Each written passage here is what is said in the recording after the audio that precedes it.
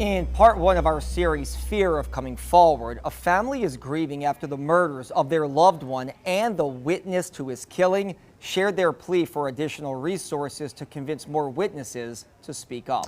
And now in part two, the Orleans Parish DA says help is available for witnesses, but an advocate points to a gap in services when a case goes cold. Here's investigative reporter Emily Lane. After the 2019 murder of Jamonte Johnson in Algiers, 15 members of his family moved away because they felt threatened. My family can no longer come there and feel safe. WDSU is not naming or showing the faces of Johnson's relatives for safety reasons. One relative says they sought resources from the city to move, but got none. She says she misses New Orleans, but not what it took from her. And just going there makes it real, should I say. And I don't want it to be real. So I guess you would say I kind of play mind games with myself to not feel the emptiness. The Johnson family is sharing their story after the key witness in Jamonte's case was murdered 15 months later. A police report says 28-year-old mother of three, Chantrell Reese, was shot last July outside her Algiers home by a man in a ski mask.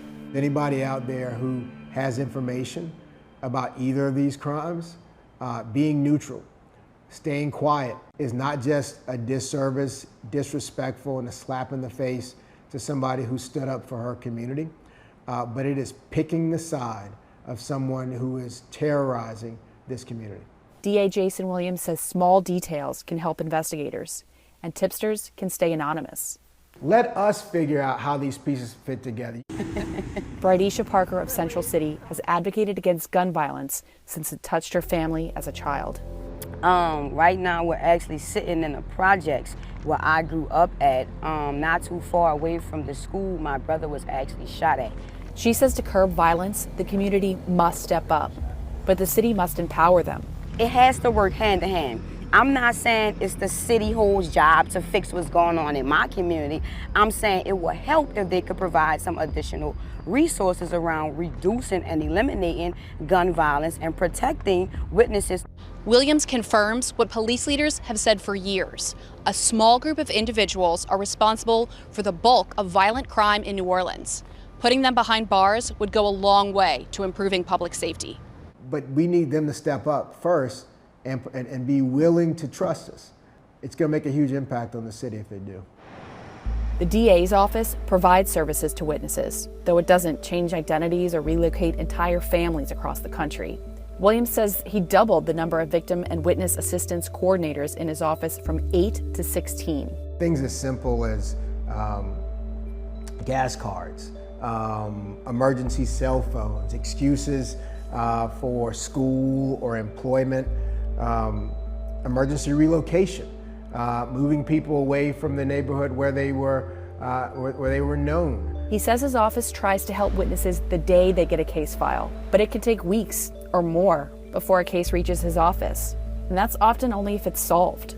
So are there enough resources for witnesses before a case reaches prosecutors, or if no arrest is ever made?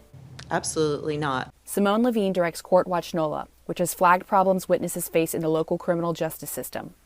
If we are really serious about violent crime, we must understand that there's a human problem behind this issue. We must strengthen the trust between law enforcement and victims and witnesses, and that has to be done through resources. The NOPD didn't make anyone available for an interview, but records show the department has 7 social workers across 8 police districts, whose duties include victim and witness assistance. An NOPD spokesman says the department has no funding to help witnesses with transportation or relocations. He says officers refer witnesses to the nonprofit Silence is Violence and directed questions about the budget to a city administrator. The mayor's office didn't make anyone available for an interview. Levine says the city has cut funding to Silence is Violence in recent years and to the police department. Officials in any law enforcement office can't just come to the community and say, come forward, with absolutely nothing to offer. As for the Johnson family, they don't want more families mourning a murdered witness or a chance at justice.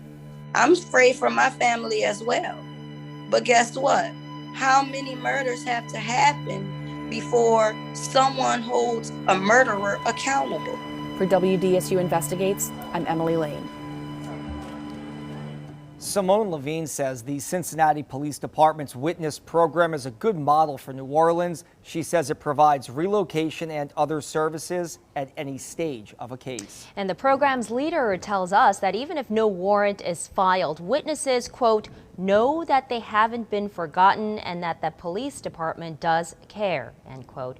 So if you want more information on the story, you can head to our website, WDSU.com.